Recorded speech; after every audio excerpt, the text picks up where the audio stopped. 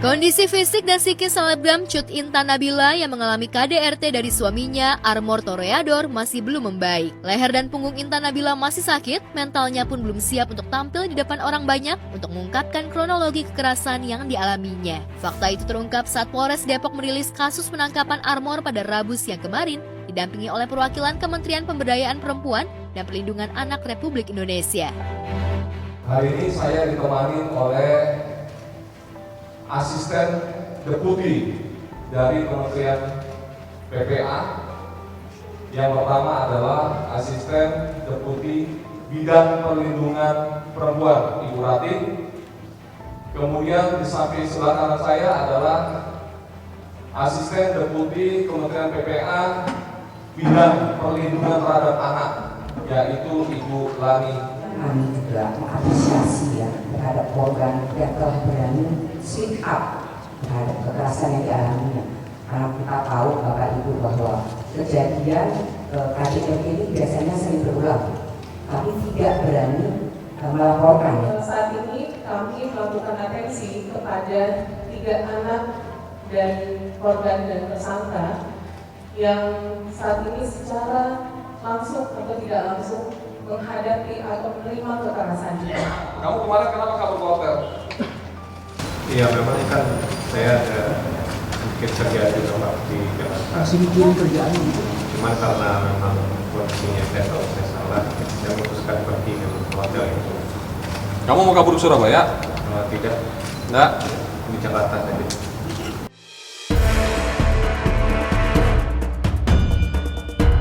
Armor yang diciduk di sebuah hotel di Bogor Selasa lalu lebih banyak menunduk ketika kamera wartawan menyorot wajahnya. Dengan suara pelan dan tersendat, Armor mengaku telah 5 kali melakukan KDRT terhadap istrinya. Yang lebih memiriskan saat polisi bertanya apakah ia tidak memikirkan kondisi psikis anak-anaknya yang melihat KDRT itu, dengan enteng Armor menjawab tidak. Berapa kali kamu melakukan kekerasan dalam rumah tangga terhadap istri atau anak? Lebih dari 5 kali. Dari tahun berapa? 2020. 2020. Kamu tidak pernah memikirkan bagaimana kondisi ketiga anakmu? Iya. Kenapa kamu tidak pernah memikirkan sebagai bapak yang mempunyai tanggung jawab terhadap 3 anakmu? Ya, saya tidak akan melakukan pembelaan apapun. Yang jelas saya mengaku saya salah. Saya siap berjanji menjalani proses hukum dengan sebenar-benarnya.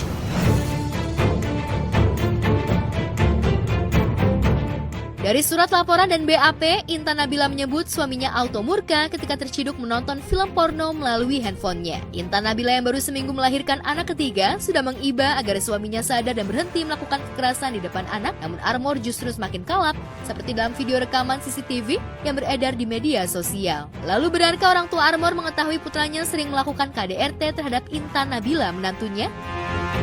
Cekcok berawal dari masalah HP si tersangka yang ada di belakang ini, yang dimana korban meminta penjelasan. Saya sampaikan mohon maaf, hasil pemeriksaan dari tersangka, mohon maaf saya sampaikan bahwa si tersangka ketahuan menonton video porno. Hasil pemeriksaan, apakah yang kamu lakukan itu selama 5 kali di depan anakmu pernah terjadi? Pernah, tapi itu kebanyakan berdua itu.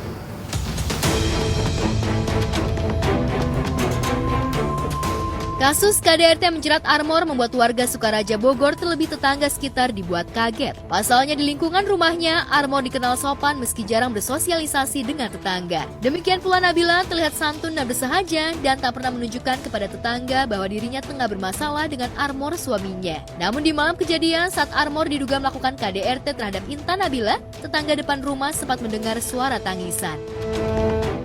Saya sih tahunya yang pas dari ini ya, upload video itu ya. Soalnya waktu dia dibawa ke rumah sakit tuh saya emang udah tutup di sini, nggak ada. Tahu waktu hari sebelumnya itu hari apa ya?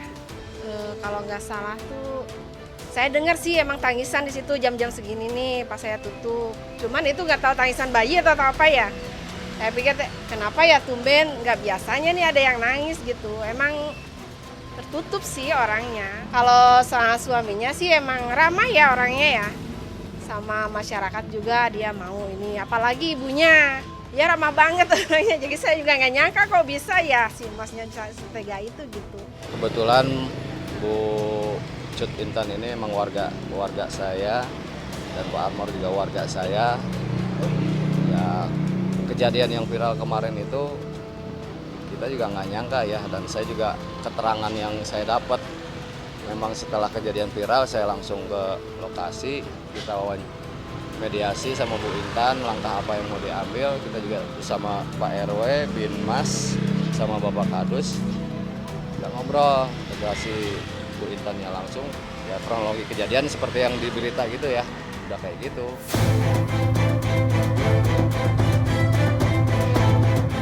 Rupanya Armor dan Nabila bisa bersandiwara dengan baik untuk menutupi konflik rumah tangga mereka. Padahal dari postingan Intan Nabila di Instagram, selebgram yang pernah ikut ke Jurnas Anggar 2018 itu terkesan ingin menyuarakan dugaan perselingkuhan suaminya. Bahkan Armor disebut-sebut pernah selingkuh dengan sahabat Intan Nabila sendiri.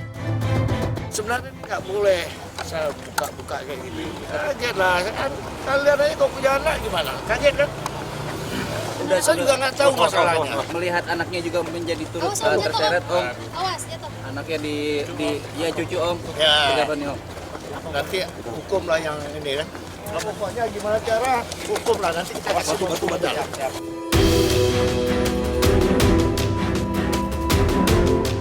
Selain ingin memenjarakan Armor, kabarnya Intan Nabila juga siap menggugat cerai pengusaha muda yang menikahinya pada September 2019 itu. Bukannya tidak memikirkan masa depan anak-anaknya, Intan Nabila justru khawatir jika anak-anaknya tumbuh bersama ayah yang temperamental dan diduga menderita mental illness. Apakah orang tuamu tahu bahwa kamu sudah ribut melakukan penganiayaan terhadap istrimu? Tahu. Tahu. Sekarang kamu harus terima konsekuensi apa yang telah kamu lakukan. Oh, dia langsung periksa dulu. Caranya tuh.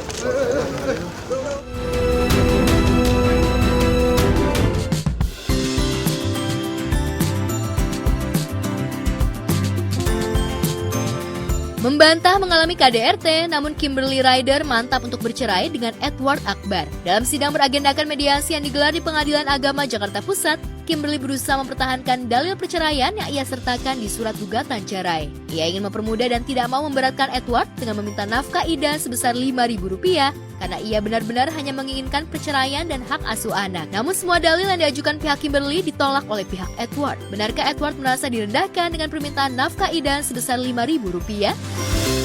Yaitu nafkah idah. Nafkah anak beda lagi. Kalau untuk yang 5.000 itu nafkah untuk diri aku istri sendiri ya. Untuk Kim ya. Itu tidak disetujui juga, jadi dia kayak apa ya, flat aja semuanya, tidak setuju semua. Mengenai nafkah ya yang diminta sama penggugat 5.000 ya, itu mah sah-sah saja. Karena kan itu yang mengabulkan nanti hakim.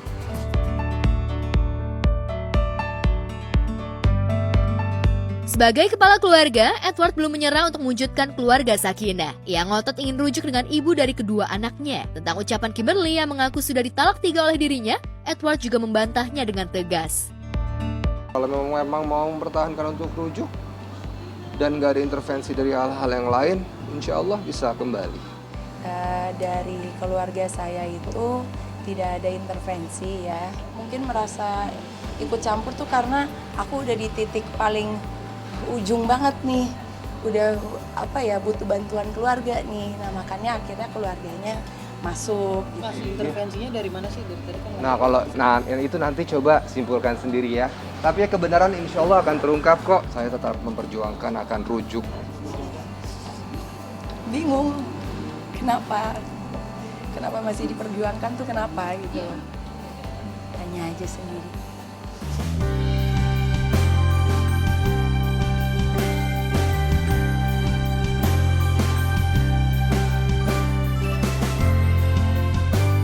Selain berseteru di Pengadilan Agama Jakarta Pusat, Kimberly juga harus menghadapi Edward di Polres Metro Jakarta Selatan terkait kasus penggelapan mobil. Seolah tak peduli status Edward masih sah sebagai suaminya, Kimberly melaporkan Edward dan temannya berinisial NL atas dugaan penggelapan mobil senilai ratusan juta. Gara-gara mobilnya dibawa kabur Edward dan NL, Kimberly harus menahan sedih lantaran anak-anaknya naik angkot untuk pulang pergi ke sekolah.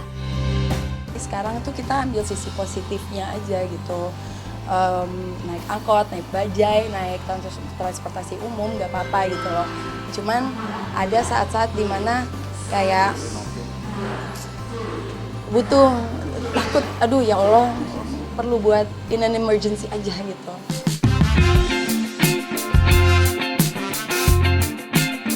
Alih-alih Iba mendengar anak-anaknya naik angkot, Edward justru menganggap drama naik angkot itu sebagai pembelajaran hidup yang menempa daya juang anak-anaknya. Tak ayal, Kimberly berang mendengar pernyataan Edward. Pasalnya, Kimberly mengaku mampu membeli 2 mobil untuk keperluan keluarga, namun dua-duanya digelapkan Edward. Lalu mengapa pada laporannya di Polres Metro Jakarta Selatan, Kimberly hanya melaporkan Edward dan NL atas dugaan penggelapan 1 mobil? Oke ya, Ian punya daya juang sendiri, melatih daya juang kan ya.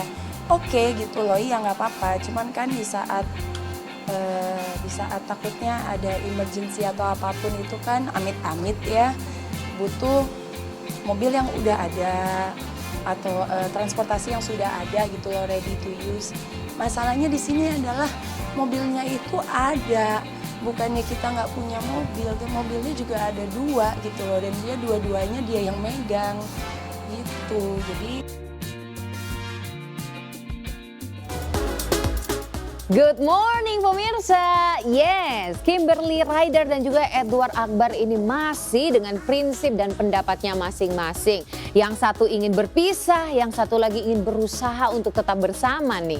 Mediasi juga sudah dilakukan 3 kali nih pemirsa ya. Kalaupun memang ada nih pihak-pihak di sekitar mereka yang berusaha untuk mempengaruhi, ya kita hanya bisa mendoakan yang terbaik ya untuk Kimberly maupun untuk Edward. Dan yang pastinya lagi terutama untuk anak-anak mereka. Alright pemirsa, pagi ini bersama saya Evelina Witanama yang akan mengupdate berita-berita selebriti paling hot pastinya hanya di Gospot. Coming up next, Nagita Slavina curhat nih, aku bisa Yura soal rumah tangganya yang bisa bertahan hingga 10 tahun bersama dengan Raffi. Benarkah Gigi memang menyindir isu orang ketiga yang sempat mengguncang pernikahannya dengan Raffi? Simak sesaat lagi, tetap di Gospot.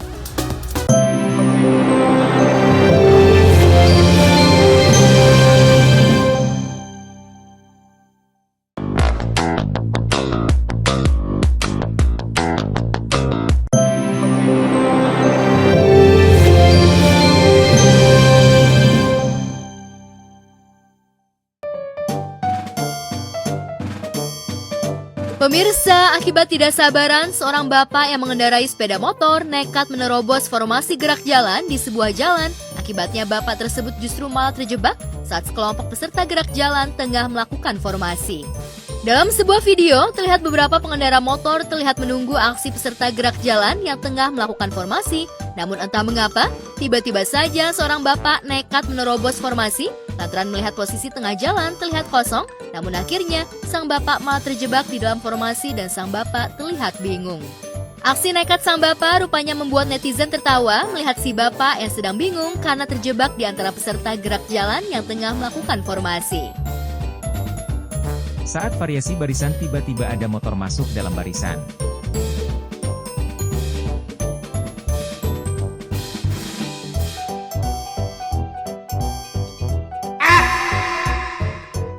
Harusnya sih pengendara bisa lebih bijaksana lagi ya, karena kan di situ sudah jelas-jelas lagi ada kegiatan variasi gerak jalan gitu. Sebenarnya kalau misalnya memang lagi buru-buru kan bisa lewat jalur lain ya Pak gitu, tidak usah merusak kegiatan yang sedang terlaksana. Buat saya secara pribadi baiknya kita bisa lebih bijak lagi. Tapi kalau ngomongin sisi dari mereka yang sedang gerak jalan, ini juga satu hal yang bagus. Bagusnya kenapa? Karena artinya mereka juga ditantang untuk tetap konsentrasi apapun yang terjadi.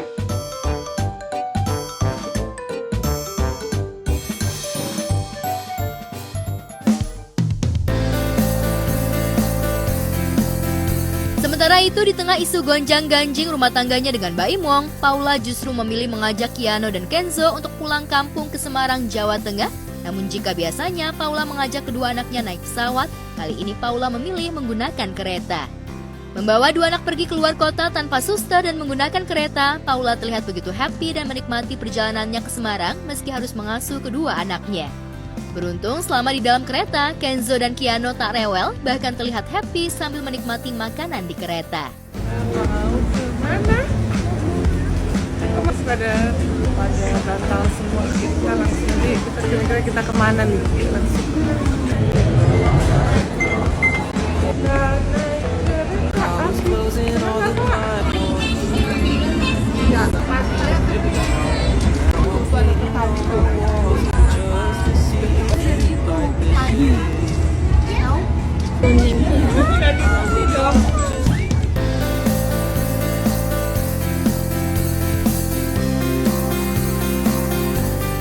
Tiba di Semarang, Paula dijemput keluarga dan segera menuju hotel untuk beristirahat. Usai beristirahat, Paula mengajak anak-anak untuk kulineran dan jalan-jalan dan mengunjungi destinasi wisata di kota Semarang. Hai di Semarang, saatnya kita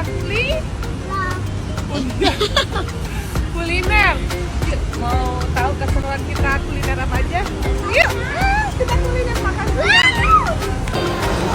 Itu Yesus.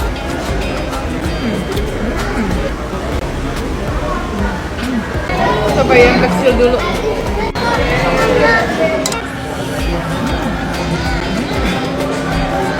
Enak. Jika Paula mengajak anak-anak liburan ke Semarang, Baim justru tengah menikmati liburan keliling Eropa. Negara pertama yang dikunjungi Baim adalah Prancis. Ya, bukan tanpa sebab Baim memilih Prancis sebagai negara pertama yang disinggahi, lantaran Baim ingin mendukung atlet-atlet Indonesia yang tengah berlaga di Olimpiade. Dan usai Olimpiade selesai digelar, Baim memilih ke Switzerland sebagai destinasi liburannya. Di Switzerland, Baim rupanya terkesima dengan selimut hotel tempatnya menginap yang begitu lembut. Kita lagi ngeliat sunset, bro. Mak. Sunrise. Ini. Nih ya, sini. Saya juga bingung nih gelas ini. Ini tuh dingin banget. Ini dingin. Ini tuh dingin. Ini tuh tipis. Asli ini nggak bohong. Saya enak seenak-enaknya. WhatsApp saya mau ya.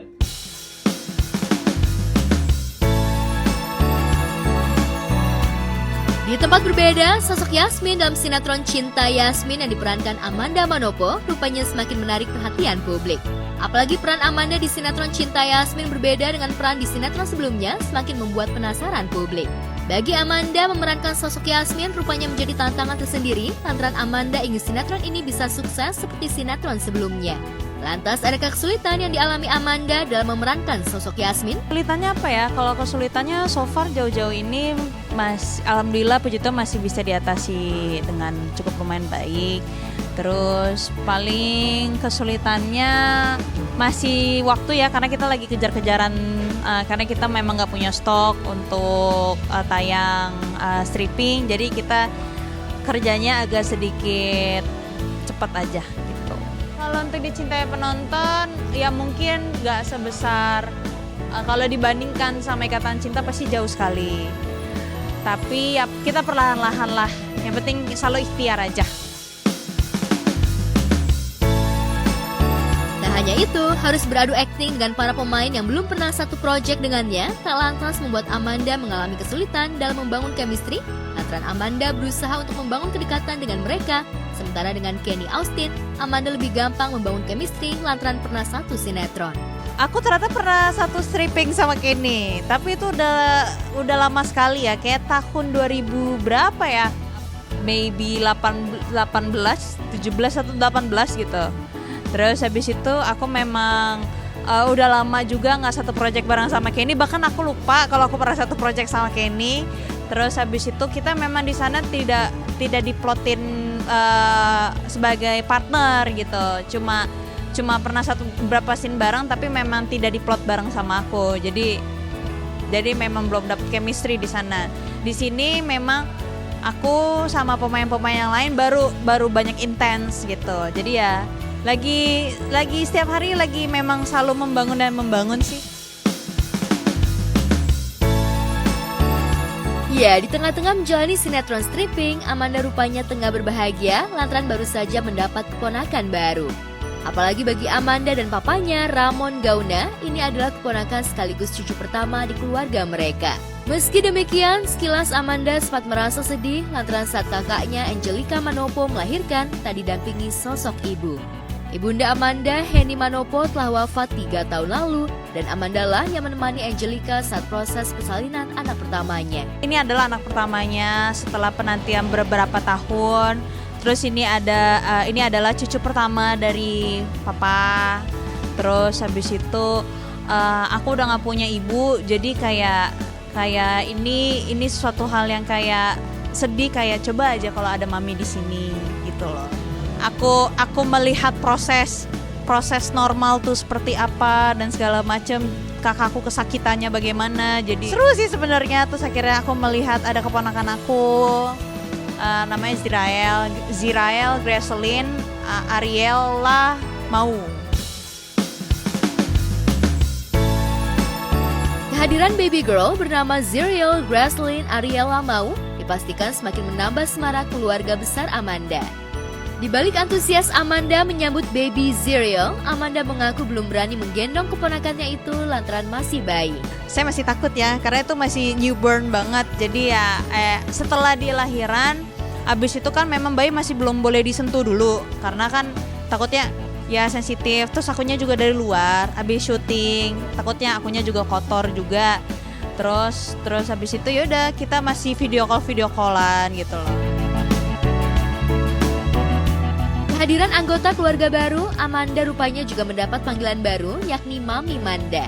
Lantas, adakah kado istimewa yang diberikan Amanda untuk ponakan mungilnya? Pasti ada dong, nggak mungkin nggak ada dong. Gak usah lah. Pasti sudah dipanggil Mami Manda. Enggak, memang di keluarga mama tuh tante-tante atau kakak-kakaknya mama tuh selalu dipanggil mami. Kalau aku sudah ditetapkan dipanggil Mami Manda, Maminda dipanggil gitu.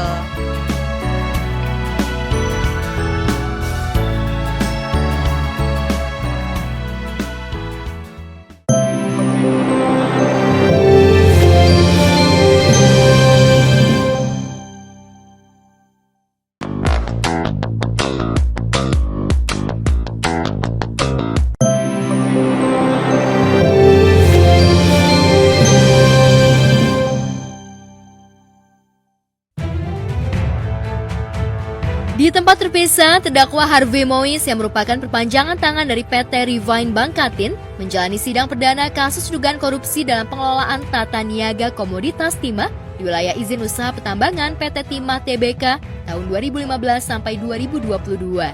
Saat tiba di Pengadilan Tindak Pidana Korupsi Jakarta, suami Sandra Dewi itu tampil dengan rambut klimis, mengenakan kemeja putih mewah, dibalut dengan rompi tahanan merah muda, sambil mengumbar senyum serta mengatupkan tangan hingga akhirnya masuk ruang sidang. Harvey menjalani sidang perdana kasus dugaan korupsi timah dengan agenda pembacaan surat dakwaan.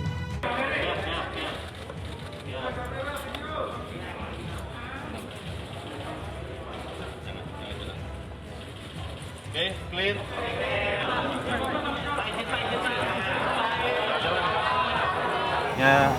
Tadi dalam persidangan yang bersangkutan tidak menggunakan haknya untuk menyampaikan eksepsi atau tanggapan atas surat dakwaan, namun yang bersangkutan terdakwa melalui penasihat hukum juga mengajukan akan langsung mengikuti proses persidangan berikut. Sidang korupsi timah yang menjerat Harvey rupanya mendapatkan perhatian tinggi dari publik. Selain juru warta, ruang sidang HM Hatta Ali padat dipenuhi masyarakat. Namun sayangnya, Sandra Dewi, istri dari Harvey, tak hadir untuk menemani sang suami di kursi pesakitan. Izin Bang,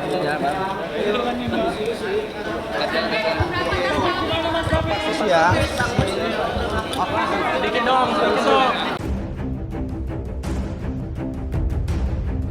Berawal dari kolaborasi dengan Dewa 19 dalam lagu Risalah Hati, Yura Yunita tanpa sengaja melahirkan sebuah tren baru di media sosial. Warganet ramai-ramai curhat pada sang pelantun seolah sedang menjawab pertanyaan darinya. Kalimat warganet ini terbagi dari dua golongan. Setelah sebelumnya nggak bisa Yura, kali ini warganet ramai-ramai menulis kalimat positif, aku bisa Yura. Tapi semua itu tergantung konteks dari warganet. Dan ternyata selain masyarakat awam, sejumlah selebriti kondang tanah air juga latah ikut meramaikan tren viral curhat dengan Yura Yunita ini. Curhatannya pun beraneka ragam dari yang memancing senyum, mengharukan, hingga bikin meleyot.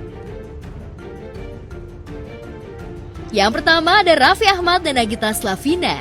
Gigi, biasa Nagita Slavina disapa, mengikuti tren sekaligus memberitahu kepada halayak luas jika ia sanggup mempertahankan rumah tangganya dengan Raffi selama 10 tahun. Tak ayal, konten keberhasilan Gigi dalam mempertahankan rumah tangga itu menuai respon positif dari warga.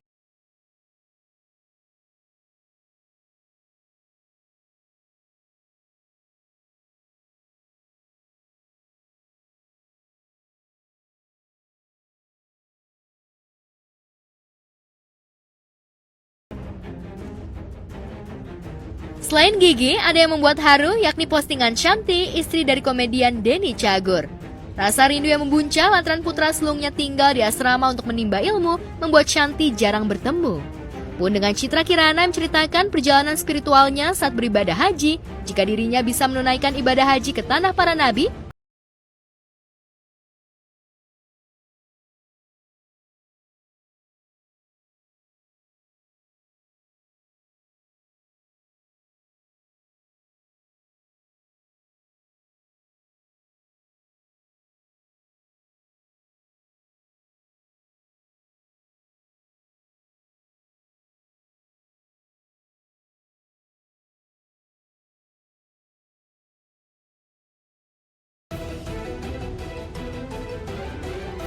dan yang paling membuat meleyot adalah kisah Ayu Dewi yang mengenang pertemuan pertamanya dengan sang suami di bangku sekolah hingga menikah dan memiliki anak lewat tren Aku Bisa Yura. Pengalaman getir gagal nikah hingga akhirnya bertemu kembali dengan teman lamanya yakni Regi Datau hingga akhirnya mereka menikah dan hidup bersama selama 2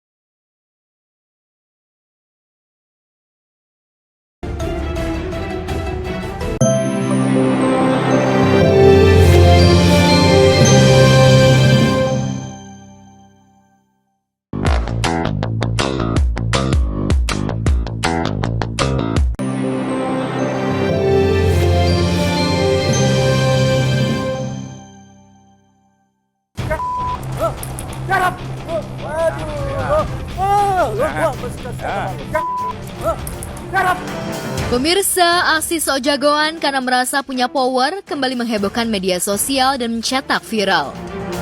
Kali ini oknum pegawai Panitera di Pengadilan Negeri Depok diduga melakukan aksi pengancaman dengan kekerasan kepada tetangganya. Gara-gara pihak tetangga mencurigai oknum Panitera itu mendirikan bangunan di belakang rumahnya tanpa izin, kekerasan seolah menjadi solusi. Tak cuma menyerang secara fisik, oknum Panitera berinisial DR itu juga mengancam tetangganya dengan mengacungkan senjata airsoft gun.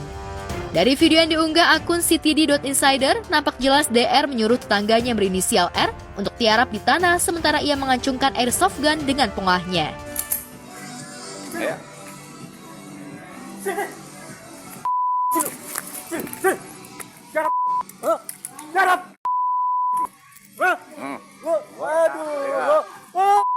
Masih kasihan udah, dia bilang jangan sampai orang tahu.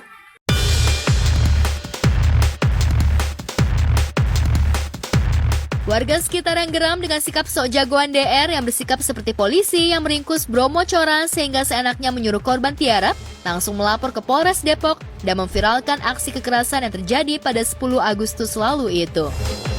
Setelah ditangani pihak berwajib, diperoleh fakta bahwa surat izin kepemilikan airsoft gun yang ditunjukkan DR sudah kadaluarsa atau tidak berlaku lagi. Perselisihannya terkait dengan pembongkaran bangunan berupa saung yang berada di rumah pelaku, di mana diketahui bahwa sudah ada surat untuk melakukan pembongkaran dari Satpol PP Pemkot Depok untuk melakukan pembongkaran. Namun karena ditegur yang bersangkutan, pelaku kemudian emosi melakukan tindakan penganiayaan maupun pengancaman dengan menggunakan airsoft gun. Hingga semalam, R yang didukung warga sekitar menolak damai dengan DR. DR terancam pasal 335 KUHP tentang pengancaman dengan kekerasan dengan ancaman hukuman 4 tahun penjara. Lantas, bagaimana sejumlah selebriti menanggapi aksi sok jagoan oknum panitera Pengadilan Negeri Depok? Tuh, miris banget. Apa-apa itu diselesaikan ya dibicarain dulu, jangan apa-apa emosi, apalagi emosinya sampai ngeluarin senjata. Aku paling kayak apa sih gitu, kayak nggak banget, apalagi laki kan yang kayak gitu, jadi nggak banget sih ngeliatnya. Gawai pengadilan negeri yang seharusnya bisa memberikan contoh hukum yang baik kepada masyarakat, ini justru melanggar hukum dan mempunyai senpi atau senjata pribadi. Saya nggak tahu ya, ini senpinya ini ilegal atau legal, tapi seharusnya ya tindakan seperti ini tuh benar-benar tidak diperbolehkan. Ya, main hakim sendiri kan bisa dibicarakan secara baik-baik, tidak perlu pakai emosi. Oknumnya ini benar-benar harus ditindak, dihukum. Ya alhamdulillah penanganannya bagus, langsung ditangkap biar dia nggak seenaknya. Kan ini pasti dia nggak cuma sekali kayak gini. Kalau udah ngeluarin senjata tuh pasti dia emang sering kayak gitu biasanya.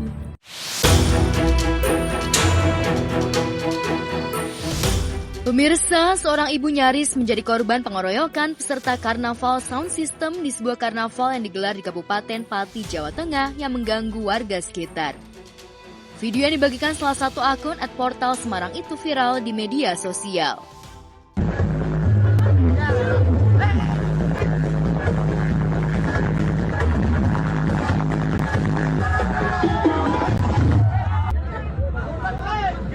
Mas, jadi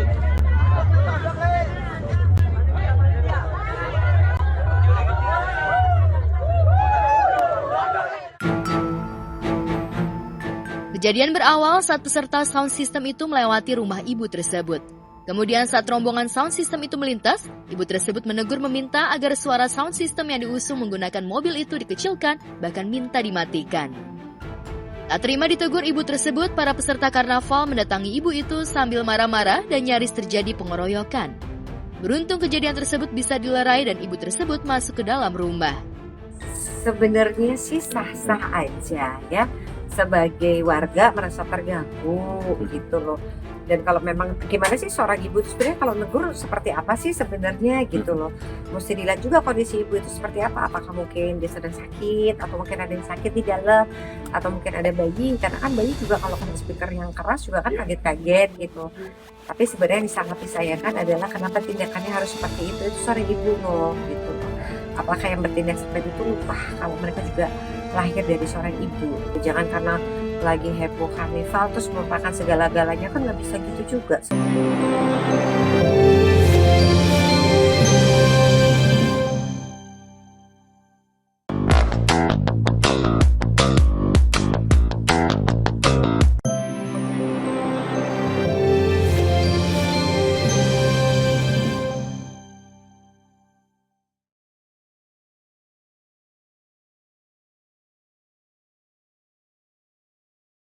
Beredar video viral di media sosial belum lama ini yang memperlihatkan terjadinya pungutan liar di SPBU Pertamina. Disebutkan bahwa ada biaya administrasi yang perlu dibayarkan untuk setiap transaksi. Video tersebut banyak beredar di media sosial dan salah satunya diunggah oleh akun Instagram @memomedsos. Perekam video protes kepada pegawai SPBU yang meminta uang sejumlah Rp5.000 untuk setiap transaksi. Bahkan ketika diminta surat resmi adanya biaya administrasi sebesar Rp5.000, petugas SPBU yang kebetulan wanita itu justru berkelit. Aturannya. Pak, mana-mana gitu, Pak. Nggak di mana-mana, saya baca di mana, di koran nggak ada kok peraturannya, mana ada peraturan tertulis. Kasih lihat saya, kalau saya dikasih lihat saya bayar 5.000. Itu saya beli Pertamax bukan Pertalite. Aku sebetulnya nggak tahu ya apa memang ada administrasi Rp5.000 kayak gitu. Setahu aku sih nggak ada. Ya, jadi kalau kayaknya harus dikonfirmasi ke pihak yang berwenang dalam bidang tersebut apakah memang ada administrasi seperti itu. Bila tidak ada, semestinya berarti itu bagian daripada pungli dan harus dibereskan. Kalau memang ada seperti itu, berarti harus ada pemberitahuan kepada masyarakat supaya tidak menjadi salah paham di kemudian hari. Menurut aku sih gitu. Budaya pungli sepertinya sudah lumrah di tanah ibu Pertiwi ini. Pengisian bahan bakar yang seharusnya tak ada pungli justru dibuat-buat oleh oknum petugas SPBU demi mengeruk keuntungan pribadi. Dan yang membuat geram adalah ucapan oknum petugas SPBU itu yang seolah merendahkan konsumen dengan menyebut beli 100.000 aja berisik. Alhasil warganet mendoakan jika karyawan tersebut dikeluarkan dari tempat kerjanya. Dan benar saja, operator tersebut akhirnya dibebas tugaskan alias dipecat oleh pihak Pertamina wilayah Denpasar sesuai dengan doa warganet. Coba aja Bapak beli tempat lain coba. Tempat lain juga nggak begitu.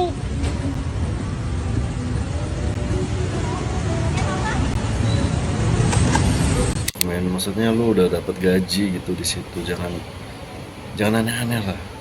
Apalagi ini ada biaya admin 5.000 itu mana ada di SPBU manapun nggak ada yang namanya SPBU itu minta anggaran 5.000 untuk admin, nggak ada. Gua pernah ngisi 100 tapi kayak seolah-olah tuh keisi cuman 60 atau 70 gitu, kayak nggak kerasa gitu. Biasanya kalau ngisi segitu tuh banyak gitu. Bahkan gue pernah ngisi 400 atau 500 itu kayak baru keisi setengahnya, dan itu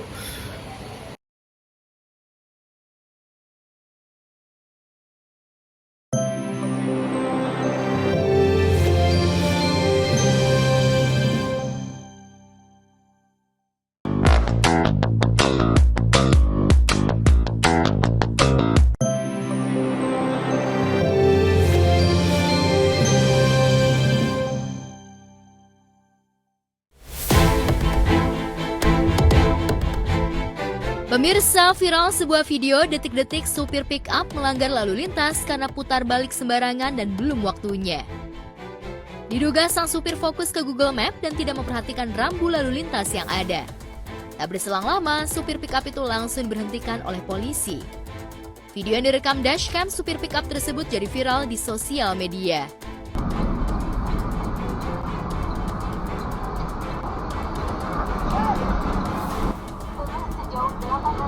Ya Pak, ini nggak boleh. Habis jam lagi. Oh nggak boleh. Iya sampai jam 10 bro. Nggak, belum. Sudah di map doang nih Pak. Bulan doang.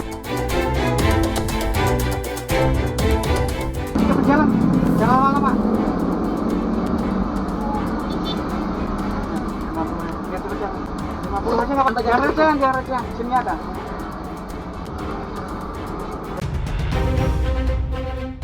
Dalam kejadian itu, sang supir diminta uang Rp50.000 untuk bisa lolos dari penilangan oleh polisi yang memberhentikan supir tersebut. Kejadian itu langsung menyita perhatian warganet.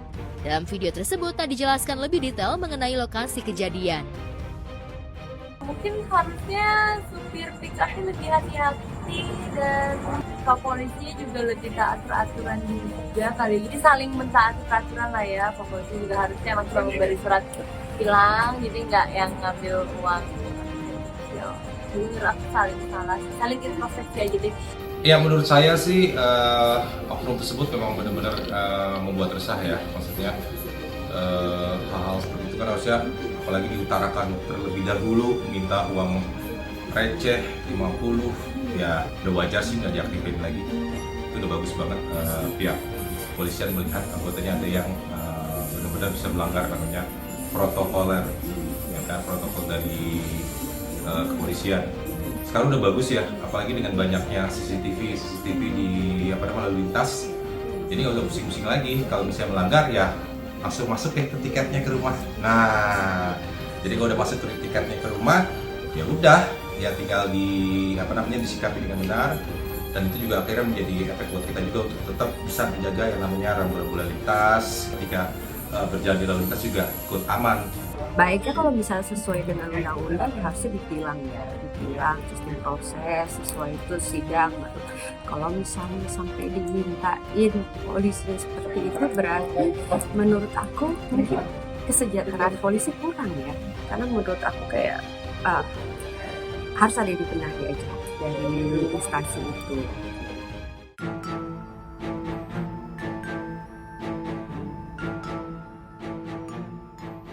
Di lain peristiwa, belakangan ramai diberitakan artis Celine Evangelista dikabarkan telah menjadi seorang mu'alaf. Kabar tersebut muncul sejak mantan istri Stefan William itu sering datang ke kajian Islam dengan mengenakan hijab. Terkait kabar tersebut, Umi Pipik yang merupakan sahabat Celine buka suara soal Celine Evangelista yang rajin ikut kajian dan proses mendalami ilmu agama Islam. Diungkapkan Ibunda Abizar Al-Ghifari itu kalau Celine sudah sejak lama menjadi mu'alaf dan saat ini sedang berproses mendalami ilmu agama Islam. Sebenarnya kan udah lama dia udah mu'alafnya juga udah lama kali, karena memang udah tahu. Kalau berhijab enggak, hanya berproses lah, maksudnya kan orang nggak bisa langsung instan, pelan-pelan aja gitu. Dan saya kan untuk menemani hijrahnya orang lain. Namun demikian, Umi Pipik mengungkapkan bahwa keputusan Celine mu'alaf itu tidak serta-merta diikuti dengan penampilan berhijab. Karena memang saat ini, ibu 4 anak itu masih dalam proses belajar secara perlahan. Untuk itu, Umi Pipik selalu mendoakan keputusan mu'alaf yang diambil Celine. Ya kajian, kalau saya kajian rutin ada, cuma kalau Celine mungkin pas lagi nggak bisa, tapi dia memang berusaha pengen ikut, pengen terus belajar. Hingga kini, Celine Evangelista belum memberikan pernyataan resmi soal keyakinan yang dianutnya itu. Namun melihat dari postingannya di akun Instagramnya, terlihat Celine mengenakan hijab berwarna coklat dan celana terusan warna yang sama. Sementara di postingan lain, Celine mengunggah caption, "Alhamdulillah ya Allah," saat berfoto bersama Nagita Slavina, Sandi Purnamasari, serta beberapa sahabat. Ia pun mendapatkan respon yang positif dari banyak orang dan teman-temannya mendukung niat baik Celine untuk mempelajari agama Islam. Ya semoga terus istiqomah, semoga berproses ya, semangat berprosesnya, karena kan pasti nggak mudah, ujiannya juga pasti ada. Tapi ketika kita berproses pelan-pelan, insya Allah bimbing dengan ketidaktahuannya kita gitu.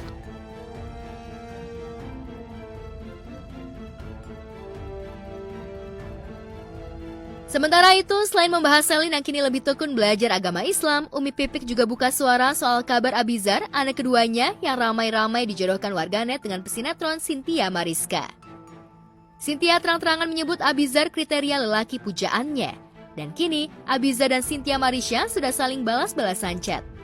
Benarkah keduanya makin dekat? Lantas apa komentar Umi Pipik soal kedekatan Abizar dengan Cynthia Mariska? Karena siapapun yang jodohnya, jodoh kan Allah yang atur ya. Ya kenal enggak, ketemu ya pasti pengajian. Saya kalau ketemu kan pasti kajian lah. Entertain nih, nggak usah goreng-goreng udah. Iya, dia manis gak? Ya manis oke gitu, tinggi, tipikal. Terus tapi ya udah, aku single tapi lagi nggak available. Udah tuh, kan kita nggak tahu bisa jomblo atau enggak. Ya kita doakan aja semoga ada hobi-hobi baru yang dijalanin bareng lagi, amin. Seperti diketahui, putra dari almarhum Ustadz Jafri Al-Bukhari tersebut memang tidak pernah terang-terangan mengungkapkan hubungannya ke publik. Namun begitu, ia memang sering terlihat dikelilingi wanita cantik. Bahkan sebelumnya, disebut-sebut Abizar juga pernah dijodohkan dengan Najira Syafa, mantan istri almarhum Amir Azikra, namun ia tetap menolaknya. Orang tua pasti ngasih izin anaknya untuk bereksplorasi dalam masalah perasaan, kalau misalnya kan bereksplorasi dan malah terkurung dalam keterbatasan, jadinya kan malah aneh, ke depannya malah jadi kaget dan lain-lain.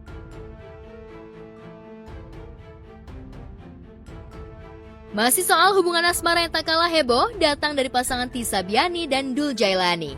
Hubungan asmara yang telah dirajut 4 tahun lamanya itu nampaknya semakin mengarah ke lebih serius. Putra bungsu Ahmad Dhani dan Maya Estianti itu dikabarkan telah melamar Tisa Biani. Ditemui secara eksklusif oleh tim Gospot di sebuah acara, artis bernama lengkap Tisa Biani Azahra itu menjawab kabar isu kalau dirinya telah dilamar Dul Jailani. Si rahasia, nanti tiba-tiba ada kado.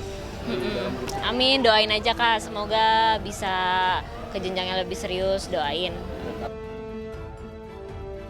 Diakui artis belia berusia 22 tahun itu, kekasihnya memang berjanji mengajak hubungan ke jenjang yang lebih baik. Namun begitu, ia enggan mengumbar ke publik soal rencana hubungan ke depannya. Hal itu untuk menghindari fitnah dan ketidaksukaan orang lain kepada mereka.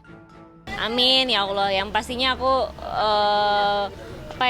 berharap yang baik-baik aja, karena sesuatu yang diumbar-umbar tuh nggak baik. Nanti kita nggak tahu ada orang yang nggak suka atau suka dengan pernyataanku. Jadi lebih baik didoain aja, semoga hasilnya bisa sesuai dengan yang diharapkan. Gitu. Tak hanya itu, dalam momen lamaran tersebut, kabar beredar kalau Tisa mendapat hadiah rumah baru dari Dul Jailani. Kado rumah? Siapa yang bilang? Waduh, siapa yang bilang rahasia? Ain. Insya Allah sedikit lagi jadi. Itu rencana buat nanti kamu berdua sama dia atau? Oh, rahasia. Rahasia. Lantas seperti apa sosok Tisa Biani di mata Maya Estianty? Benarkah Tisa merupakan calon mantu idaman Maya?